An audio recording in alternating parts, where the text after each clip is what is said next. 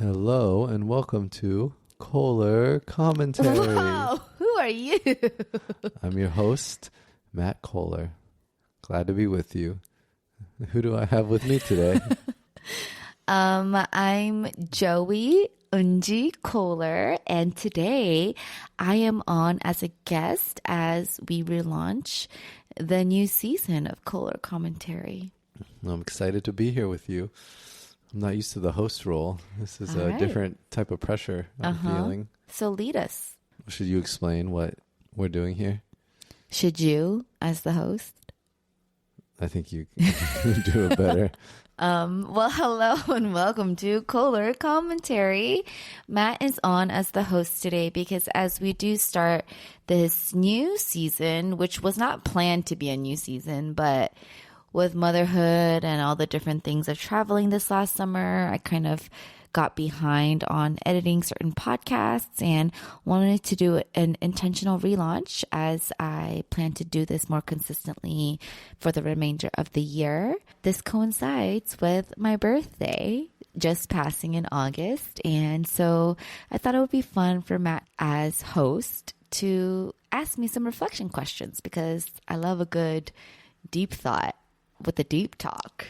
Me too. Let's get down to the nitty gritty here. How old are you now? I am 33 now. Wow, 33. As of August 22, I turned 33. Does that feel young or old to you? It feels young because you are always older than me, so I will always feel young. Welcome to the 33-year-olds. If you're listening, does 33 sound old or does it sound young?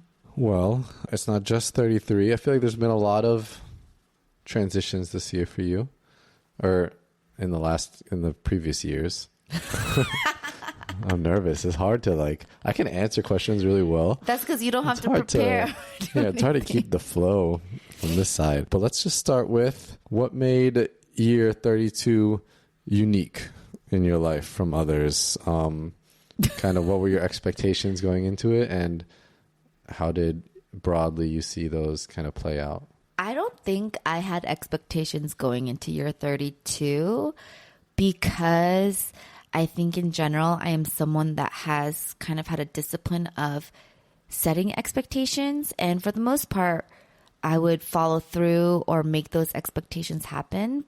But in the last handful of years, I feel like when I set those expectations, reality didn't match up. And that would leave me feeling highly disappointed or discouraged with that gap. And so all that to say, with year 32, I kind of left it not hopeless, but up in the air. And yeah, is that what your question was? Yeah, I guess so.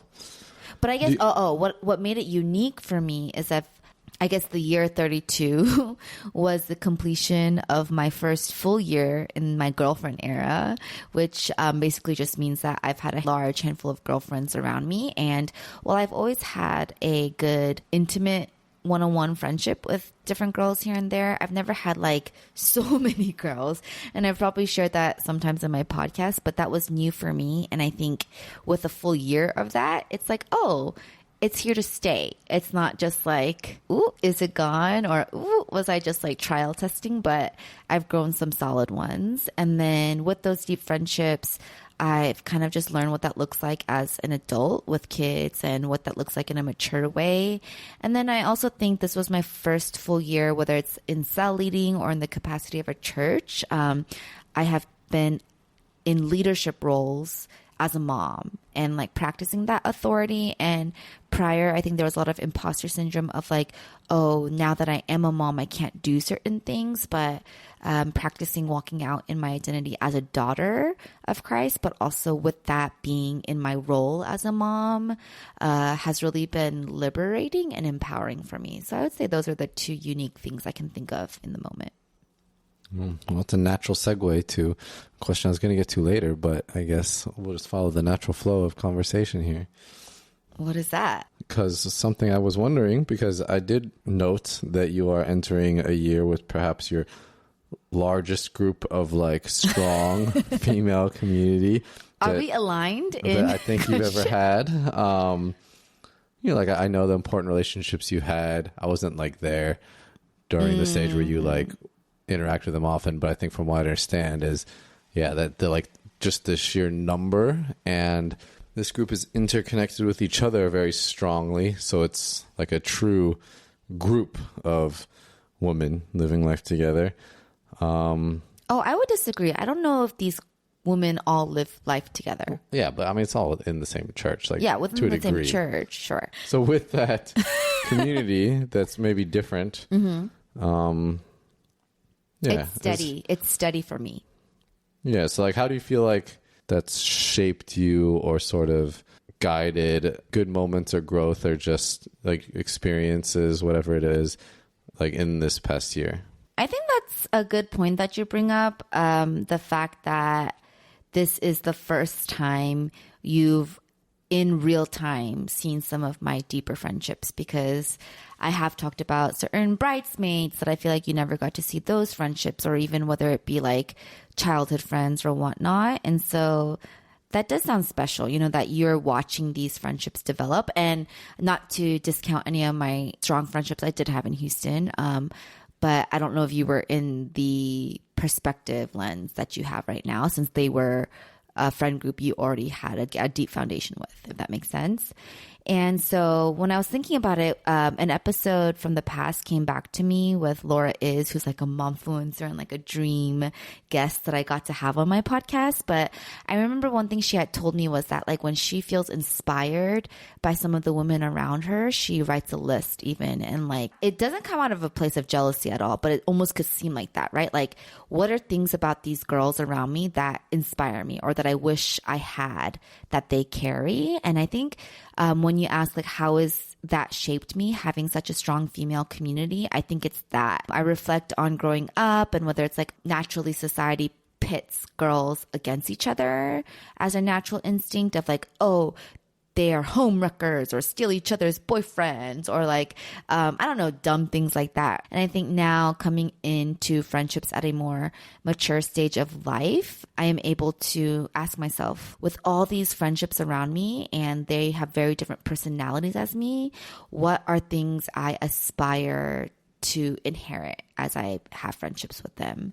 And so I like recently wrote a list of 10 girlfriends. The crazy thing is I have more than 10 girlfriends, which like for me is like a big deal because I don't think I had that many girlfriends growing up. Like, but I only wrote 10 and I was like writing different things like all the different characteristics that these girls carry, whether it be like a strong intentionality, whether some of these sisters are really good at boundaries and I don't carry those type of boundary setting goals. And so like I can learn from that. Or some of my sisters who are more prayer warriors and anointed in the worship area. So how do I even tap into that? Or even just sisters that make me feel so comfortable and like, why is that? What are characteristics they carry? I feel like in that I have been able to learn and grow and look at sisters around me with like a desire to spend time with them. I used to feel like, oh, I don't really have a lot of fun with a lot of female friendships of mine. And that was something I really check off as a criteria.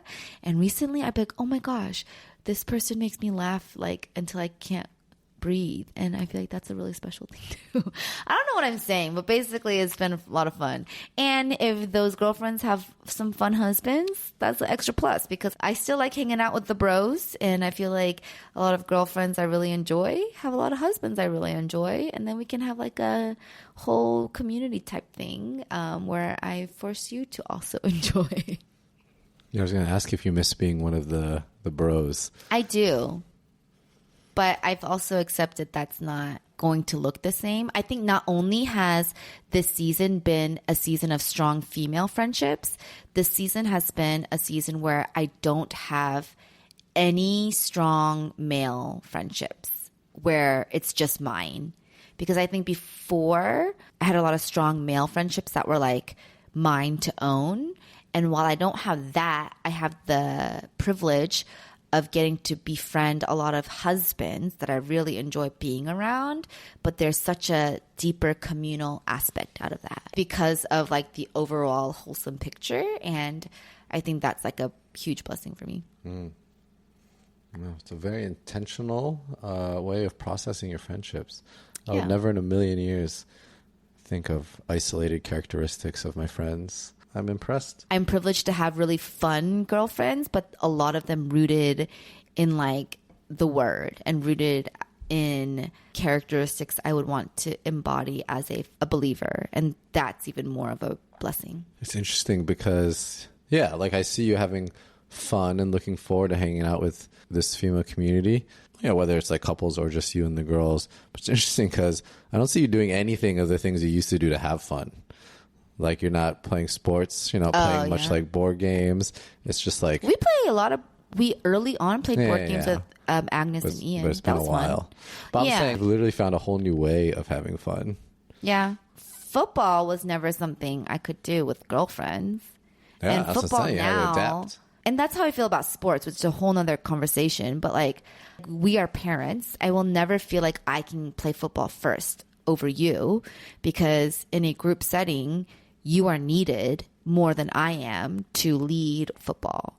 So if I could do that, like if there was another avenue where somebody else coordinated that and you just let me go, or if I felt like they didn't want you more than me, then I would probably be at those events. But the unfortunate thing about being married to someone who's better than me at sports means you are wanted more in those ways. And as an Enneagram 2, I want to feel wanted. Well, I think you are. Anyways, I've just adapted. I'm not sad about it. It's just reality. Well, I think the relationships is one of many transitions. Relationship changes. No more restarting kids changes. There's a lot of life stage changes.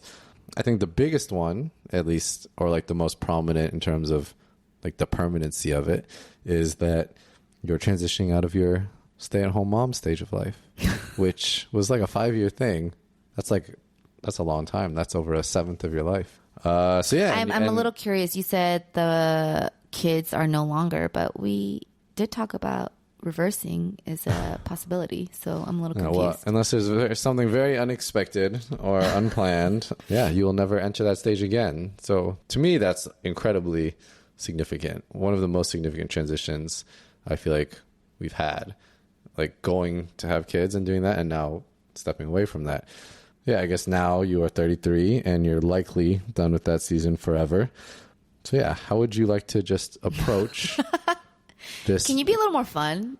In this new stage of life, to preface why he says that is because in this last month, we also sent Evan, our youngest, to daycare, which is why that means my stay-at-home season is no longer here. It's not like I got a job yet. You know, I had a job lined up in February that fell through. And so we prolonged Evan's entrance into daycare. And now we've decided it is time.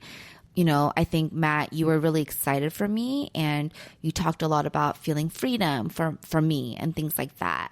But for a mom, before you can step into that, I think you have to battle those feelings of guilt. Feelings of like, I'm sending him too early. Whatever that age is for you, I think there are still those feelings. And especially because I don't have a job that can pay for this, or that is my excuse almost to send Evan to daycare, I am filled with so much guilt where it has been hard for me. And I don't think that is the way to go. And I don't think that means I'm a more selfless or righteous person.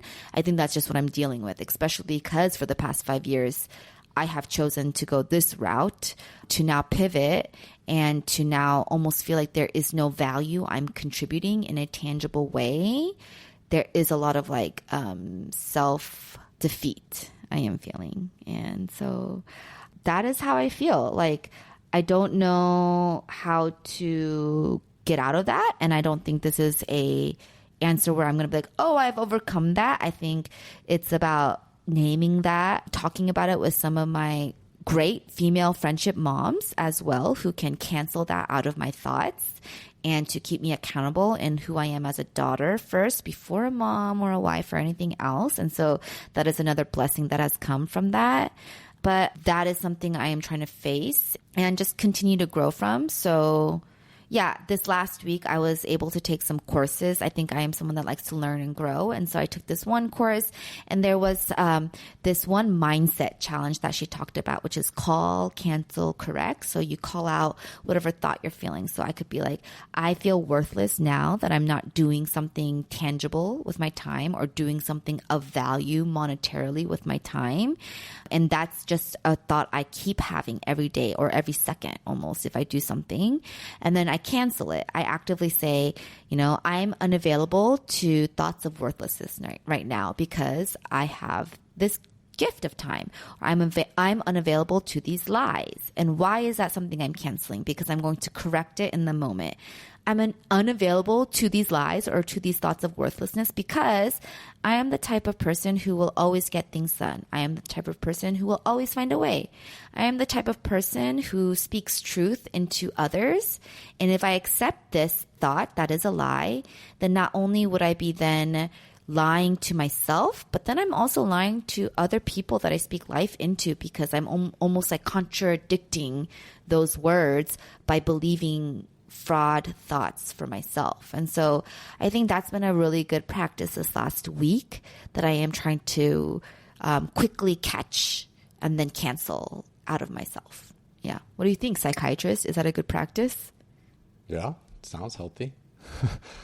So to expand on it, I'm a husband, I'm a psychiatrist. I have this weird vantage point through the years of you just as my wife, right? But I see some of the mental health struggles I've gone through.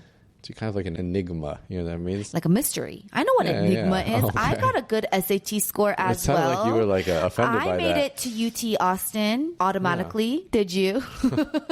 No, I did not. I was not top 10%. I was more than top 10%. Anyways, continue. Should highlight that. Look at me trying to highlight reel my high school because I have nothing to show for it right now. Well, that's not true. Yeah, that's where I'm going. If you're ever going to let me get to the question I was going to ask. Go for it. No, I have to I had it on my head. Now you said that you had the vantage point of my husband as psychiatrist and I'm an enigma to you. And then you asked me, do I know what that word means? Ultimately, what I was going to is I sort of see you up close and from afar. I see you as my wife and okay, what can I do to help? How can I support? How can I be better? And then sometimes it's if I was a professional in this setting, how would I be of support? How to help? Those thoughts. And so as I see, I think it almost feels like your mental health struggles, I guess, have changed. They were very different, I think, a year ago than they are now. I think there's prominent things happening, but I think they come from a different source and they come out in different ways. I didn't even have this question planned, but so you have no prep on this. Sorry. And this does transition from a question I was going to ask, which we can talk in a sec, is that this is the new phase of life, transitioning out of therapy as well. But before we get there, if you were to just kind of see how you have shifted, and I think probably a lot of that comes from a healthy place. A lot of that still comes from maybe an unhealthy place. But how are you now seeing or understanding some of these anxieties or worries that you have now, but also knowing how much you've overcome in maybe other types of mental health struggles? Just talk through sort of that evolution. Is this how you talk to your patients? Because I'm a lot. So you're saying, how have I grown, but how am I still in the spots? Almost comparing where you were before and maybe what was driving that. During my therapy seasons. I mean, a very clear thing I needed, which sounds so simple, but it was solid social support, especially when it started with our dating. That's when a lot of my detrimental thoughts started entering my mind. But I also lost social support in the midst of some really bad thoughts I started to have. And kind of what you alluded to before, whether it's female friendships or community or just in general accountability that rebukes, keeps me accountable, speaks life into me when I start to have bad thoughts. Those are all ways that I have been able to combat some of my really dark ideation type things that I was going through for the last 2 or 3 years. So while that's not really something I struggle with, I guess if I think about your question, right, things that are different right now is like stepping into more friendship roles, stepping into more leadership roles, even planning roles, being someone that people might turn to. And I can easily feel an imposter syndrome. Am I good enough? Am I really grounded enough right now? Do I really believe those stuff about me that other people might believe about me? Can I live up to those expectations? And so before I sometimes go to God to solidify that identity that I have or that worth that I have, in that moment, my response can be more like, I don't know if I'm good enough, or I don't know if I've pleased this person enough. And I think, as an Enneagram 2, people pleasing will just always be at the core of some of the things I struggle with. And so this is almost a new type of people pleasing that I am faced with. I'm still practicing how to authoritatively combat that in the moment, but at least I haven't gone in a dark hole. Even if I might feel like those insecure thoughts, which I think everyone does have because of whether it's strong social supports, but what does that point me back to? It's the word, the cross, my identity. So then that helps me really reground myself in what I need. Or I can feel empowered to even, whether it's confront friendships that I need to confront, and like talk through things rather than bottle it up inside of me and feel insecure or assume the worst out of people, rather there are healthy outcomes to that I have seen happen. And does that answer your question? Yeah. Do you feel like the source... Do you have an answer to the question you asked that you were expecting me to answer? Because sometimes when I ask you questions, I have an answer I think you're going to answer, and then you don't answer that. So I'm like, once again, expectation, Do you feel like the source of your struggles have changed? Like where they come from? Like it feels like before, your source of like when you're in your Down struggles times. before, it was like very identity driven. Like I am this very sad, depressed person, like deeply owning it. And now I feel like the source is like you're fighting against like learned mindsets and behaviors. Like it's not like an identity, like, I am not a failure. I am not, but I've been trained mentally to think that like I have to provide. I have to be useful all the time, like that sort of thing. So now I'm answering the question for you, I think. No, thank you for guiding me, psychiatrist Dr. Matt. Because like that's what the whole like stay-at-home mom transition has been so difficult for me, is because a huge part of my value or worth is how I contribute, like how I bring value. And even as a stay-at-home mom, a big part of that was like how I wasn't doing something financially for our family. And that was like really deeply hard for me, whether that's tied to them thinking about my parents who sacrificed a lot for me to have a life that I could contribute in a way. And so am I almost cheapening their sacrifice? That could also come sometimes when I have doubts about myself as a leader, or if I'm doing the right thing. And sometimes am I being too hard on myself, but I don't think about that, is because am I cheapening the cross? Like I think a lot about that. Like, do my actions cheapen the person who sacrificed for me? Also like when I have a lazy day at home and I think I see you noticing me in that laziness, am I cheapening you who is working for our family when I'm not making money for our family? So I think as I'm processing this out loud, because I think I am an external processor, a lot of it has to do with when I feel bad about myself or mad at myself, it's because am I cheapening the bigger picture or the bigger part that I am tied to? And whether that bigger picture would agree with me, that's how I feel in the moment. That's a great answer. Wow, thank you for bringing that out of me. You led me there, but that whole cheapening thing, I felt that about how I cheapened the cross, even in my testimonies like 10 years ago. But I think that theme, right, is something I have to constantly confront, and maybe it's coming in different ways. And while those insecurities can lie there, the truth is that that is not the case. Yeah, and that might be something that's being twisted in my own mind. Yeah, and I guess a part of that I referenced before is you did transition out of formal therapy this past year. So I'm curious sort of what that transition felt like to kind of be done with it, like graduate from it, if you will, and sort of if you feel like you've replaced that. Yeah, I think I already answered else. This question. Wow. The social like support. With your girls? Not just my girls. Like that's what you said. I mean, I said whether it's female friendships, whether it's the church, whether it's other places where there's accountability. I mean, whether it's you in our marriage, like... You didn't say that before. Oh, did you want that to be said? No. I think it's social support that's bigger than just female friendships. Like, I think that's a huge part, but I don't think female friendships builds up a church, right? Or builds up the body. And so I don't want to, no offense. Well, that's what I remember. Even like my family, I think that's been a huge part of my growth and how I've navigated that. And so don't just keep saying, oh, okay, you know what I'm saying. Move on. Next question. Why I said that. Redundant question, Dr. Matt. All right, if you say so. Well, let's talk about the Enneagram. Matt, I did actually want to ask you, because you just mentioned whether it's a transition out of therapy or my transition out of being a stay-at-home mom, that affects me, but that also affects you. So I am curious as a husband, if you have processed anything, how do you feel about these two transitions? Yeah, I think people graduate from therapy all the time. If you're in a better place and if you have means to sort of replace that with, whether it's people or circumstances or habits even. It doesn't even have to be people to sort of allow like healthy processing. So, yeah, I feel like that happened at a time that made sense and you've been able to do that, successfully. I mean, we're early in the stay-at-home mom transition. So, I mean, I've noticed your sort of anxieties about it. I think that's like the first thing because my mind is, I want this to be like rejuvenating period. And maybe some of that's putting like my own expectations of like what it could be or should be.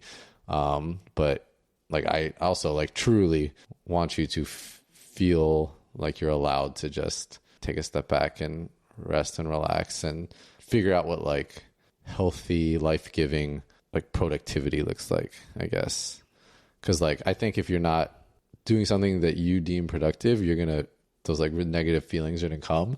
So like, but I don't want that productivity to be defined in like a specific way. Like you feel like the only definition of that is like a job, right? So I think the only time I feel like bad about things is when I see you go through a day that like you come out feeling like you like completely wasted it. Cause I think that can like kind of get in your head and be tough. Whenever someone asks for my prayer request, that's always my prayer request right now is for God to fill this time with the right things for you, because I want this to be like a very life-giving time, because staying home mom can suck the life out of you. Thank you, Matt. That's so sweet. Is that all? From like a me feeling, because I guess like personal feelings myself do come out, because I was very excited for this season for you. Like I felt like it was earned. It was like a long time coming, but I think there's always like this, okay, because of this opportunity she has, like, is that somehow going to be able to translate to like the both of us?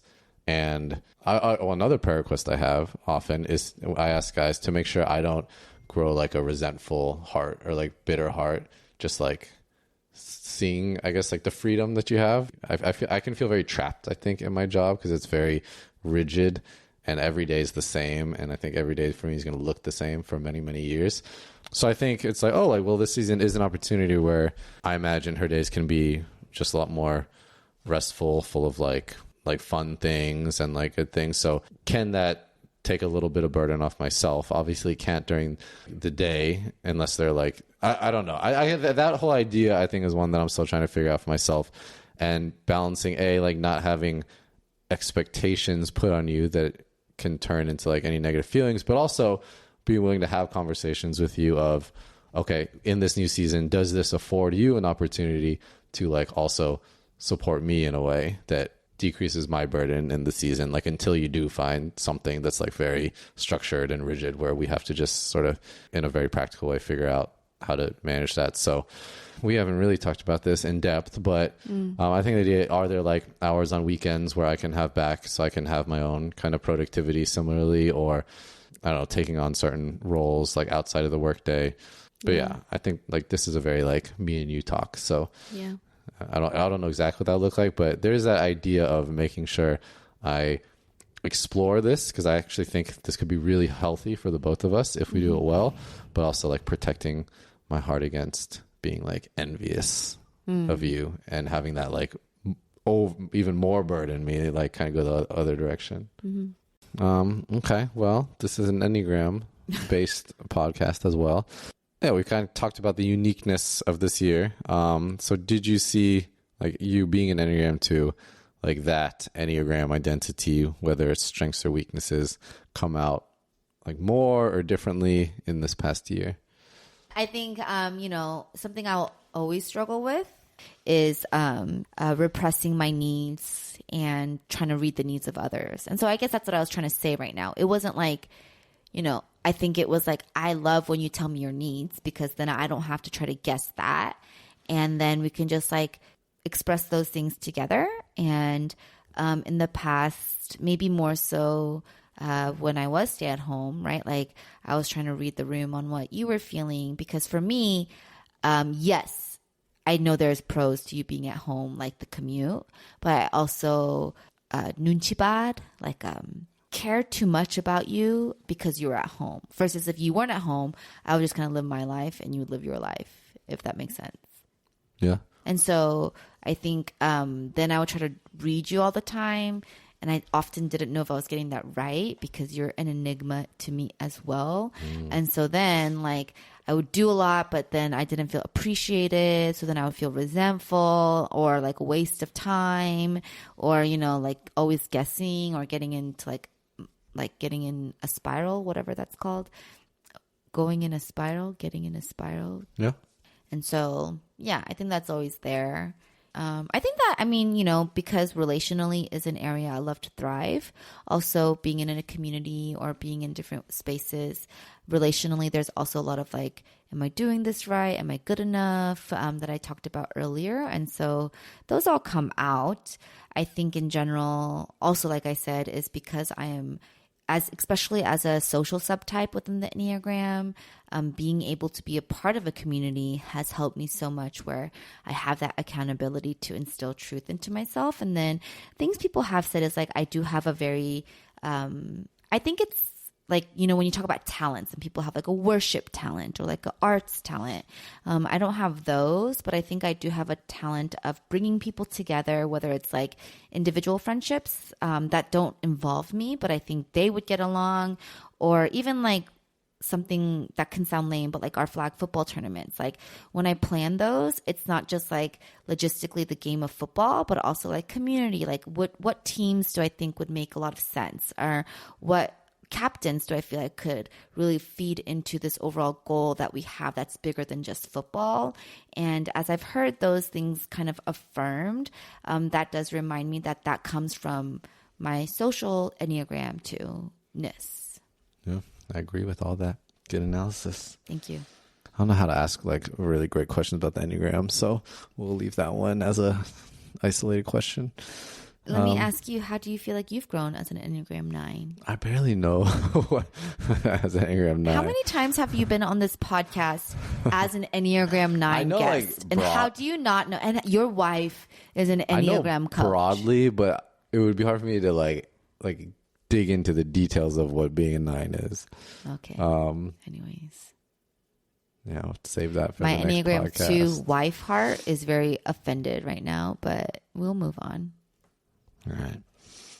Nice question. We now have a 4-year-old child, a 1-year-old child, and our marriage is a 6-year-old child. So I'm worried about all these growth of you as a mom, and our kids are getting bigger and all these transitions, but an even longer amount of time has been us just being a married couple. So you were to be raising our marriage as a 6-year-old child, what lesson do you think you would want to teach this 6-year-old marriage baby in the coming year of your life? That brings a lot of perspective, because I think it also reflects how hard I am on myself, in the sense that like I expected us to have it kind of together already, like have it figured out before 6 years. But when I think about how we raise our children, right, like even for Jaden, and I read this, maybe it's an Instagram post or an article, blog, whatever, but like from 0 to 5, the way you parent is very like you're holding hands, you're like guiding, you're not necessarily rebuking as much, because the child is kind of forming their views or forming, like taking in the world, And when I think about it in that way, I wish I wasn't so hard. If it's a lesson as a 6-year-old to tell before, it's like, I wish I wasn't so hard on the 0 to 5. Like you've been wanting to spank our marriage baby. This sounds a little naughty. What do you mean by that? Yeah, like, oh man, you're misbehaving. Because I don't often want to spank my children. Exactly. But you're being harder on the marriage baby. Oh, so you're saying I'm spanking our marriage baby. I'm running with the analogy of that. So you're saying I'm being an Asian parent to our marriage, but I'm being a restorative parent to our children. That's I see. Analogy. You're very right. I am being very tiger Asian mom to our marriage and wanting us to have that figured out. And I think in hindsight, and I guess something I should apologize for to you is that we shouldn't have had it all figured out, you know? And like those were those like growing, like what is marriage? Like how do we learn? How do we set those foundations? But I think because I already expected us to have those foundations, it did inhibit us from building that foundation. And so going into year 6, right? That's when they start kindergarten or first grade, right? Our baby Jaden is going to be a kindergartner soon.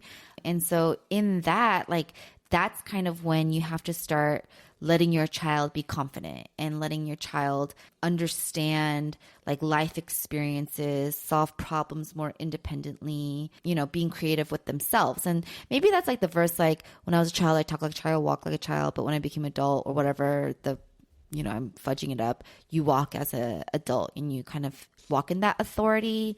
And I don't think 6 years old is like authority of that. But like, I am trying to say like, we need to now be confident in our marriage. Cause sometimes I think I can compare like, oh, this marriage seems stronger, or this marriage seems like they have it all together, or they know what their 5-year plan is. Like, do we know? And then I get like worried or whatever. And so I think just trying to have more faith in us and letting ourselves explore that.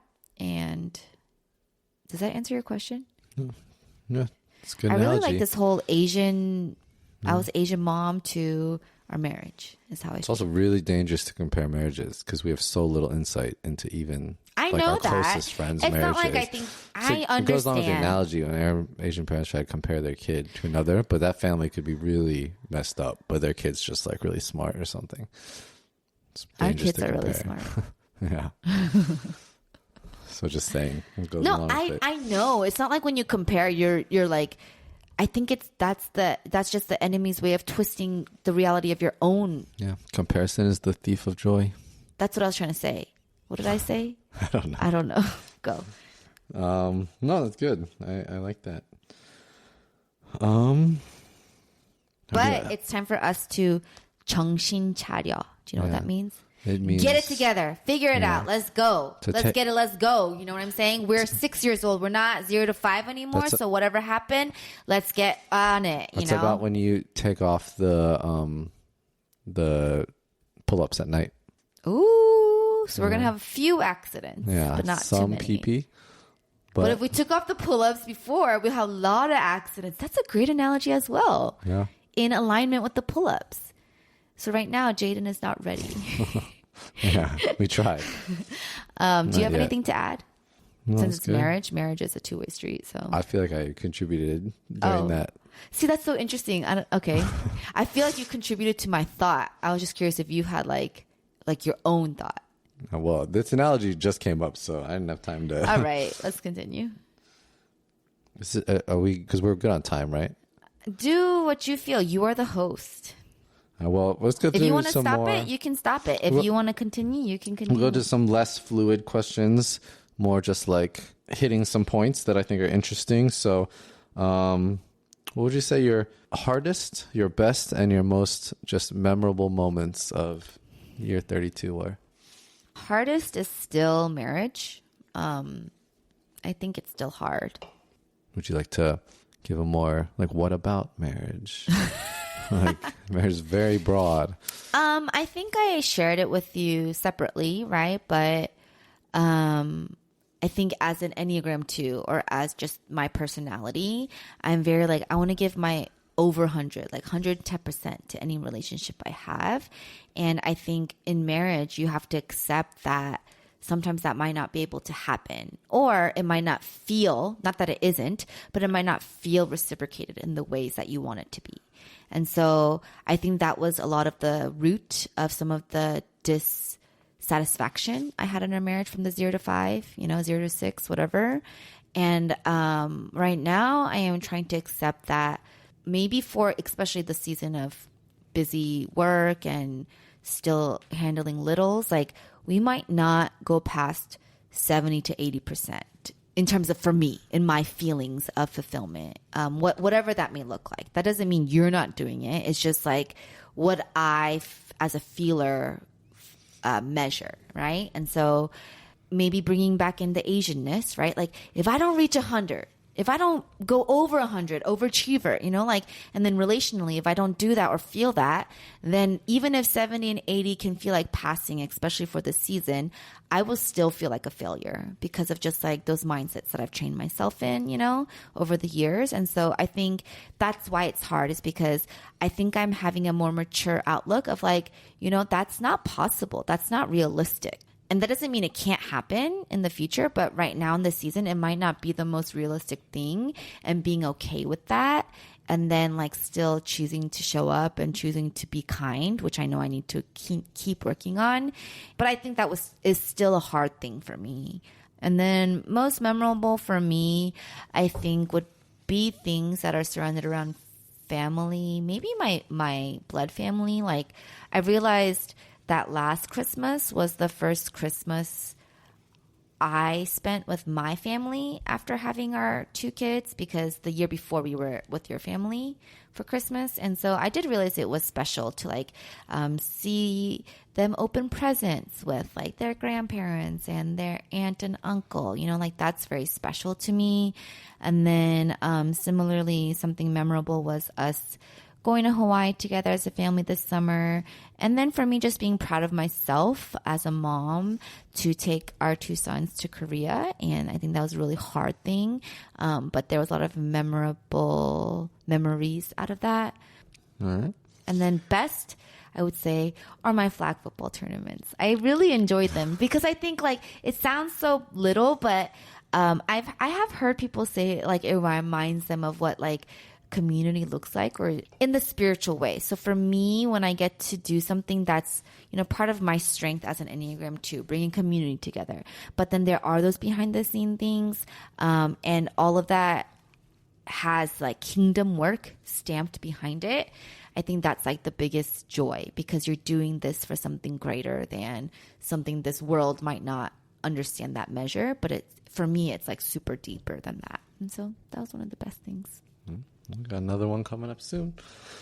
What? I guess you kind of talked about this, but do you have like a very specific personal and professional growth goal this year? If this year I could figure out ways to make more passive income so that I can continue to do projects I enjoy, or like I think being creative is a gift, and I think that's something I haven't been able to do. And so I think with this time, I think God is our creator, and I think that creating something is also part of who he is, And so there are things like that I think I've had like kind of just little dreams for, but I then negate that with like, I can't because I won't make money, or like, different things like that. So if I could find ways to provide so that those other dreams could come to life. I don't know. I have some stuff in mind, but I don't really want to say it. Yeah, secret? Well, I just don't have it like fully mapped out. Mm-hmm. So I think something I do often precariously is like share my ideas too quickly. Mm. And then that also makes me feel like a failure because I didn't make it happen. And sometimes I don't have to make it happen. And so maybe ask me again at the end of the year. All right. Well, we'll end on, do you see your role as a mother, a wife, an individual, all of the above, or any of those in particular, changing at all going into year 33, and just kind of how you view yourself in those roles? No. I think I am the best mom and wife that I can be. Right. Great. What? I obviously, yes, I see that changing, but I don't know how. I think God speaks to you through the roles that you carry. I think when I was a teacher, he really spoke to me through my students. And not that my identity or role as a mother has changed, but the way it looks is different, right? And so I think just being open to that and letting him then speak to me in my evolving role is important so that I can continue to respond in the identity that I have. Does that make sense? Mm-hmm. So I think that's something I'm aware of. And then like kind of just how you express, I do want to be more supportive to you in this time rather than feeling guilty about it. How can I benefit both of us too? Because we are married. And then individually, how to steward this time well. I think, like I said, it is important for me to work for our family one day in a serious monetary way. But I also do believe right now there is a season where I need to learn what it looks like to rest, because that's like a habit to instill as well. And I haven't let myself do that. And so if I don't know how to do that, I just feel like it would get worse later, that character of mine.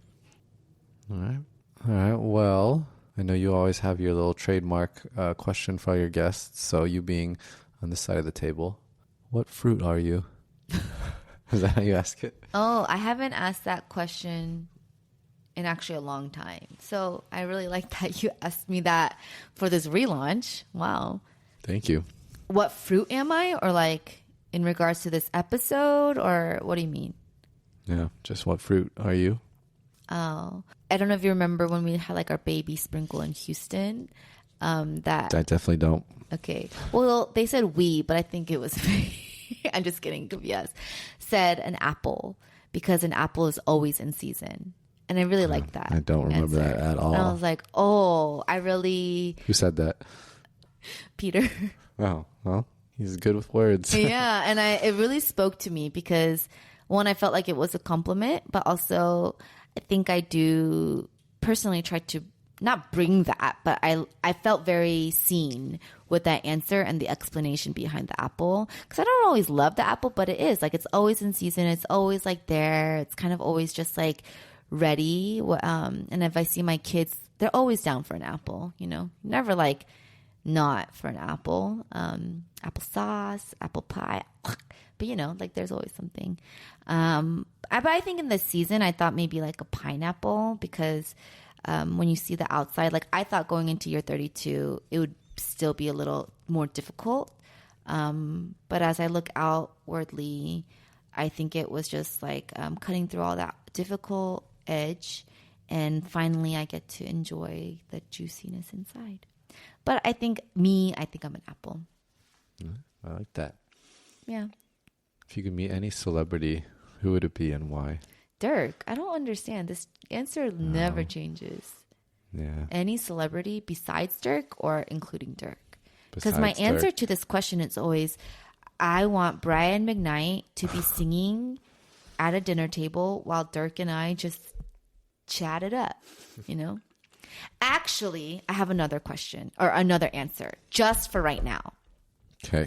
I want to meet Blake Lively and ask her what is behind all this drama with It Ends With Us. Do you know the drama? No, I haven't seen anything about this. Blake Lively is the actress in It Ends With Us, a novel that like made it to the big screen. And I read this book like 2 years ago at our like before our St. Kitts baby moon, whatever. It was such a good book. It like brought me to tears, but it has like a history with domestic violence. Like it's a book like that. But there's like some feud between Blake Lively and Justin Baldoni, which is the director. He was also in Jane the Virgin, which is something I watched way back when. And there's just like a lot of feud going on, but people don't like Blake Lively because she seems like she's trying to like get her moment and not highlight the importance of domestic violence in all of this. And I have my thoughts here or there. I don't know. There's no actual data out there. Everyone's just making their own speculation. So I would love to actually get a meal with Blake Lively and just have her tell me like what's happening, girlfriend. Surprised this feud has never even once like popped up on my like Instagram search or anything. Yeah. So I guess that's my answer for right now. All right. Well, I think that is everything on the docket for today. All right. Well, next time we meet just you and me for a podcast, the roles will be reversed and I will be interviewing you again. I think that's the way it should be. No, I think you did a good job. Good job, Matt. Thank you. And thank you all for tuning into this next season or relaunch. Or I hope you guys had a good break from me, but come back and keep listening to more episodes of Kohler Commentary. Bye. Bye.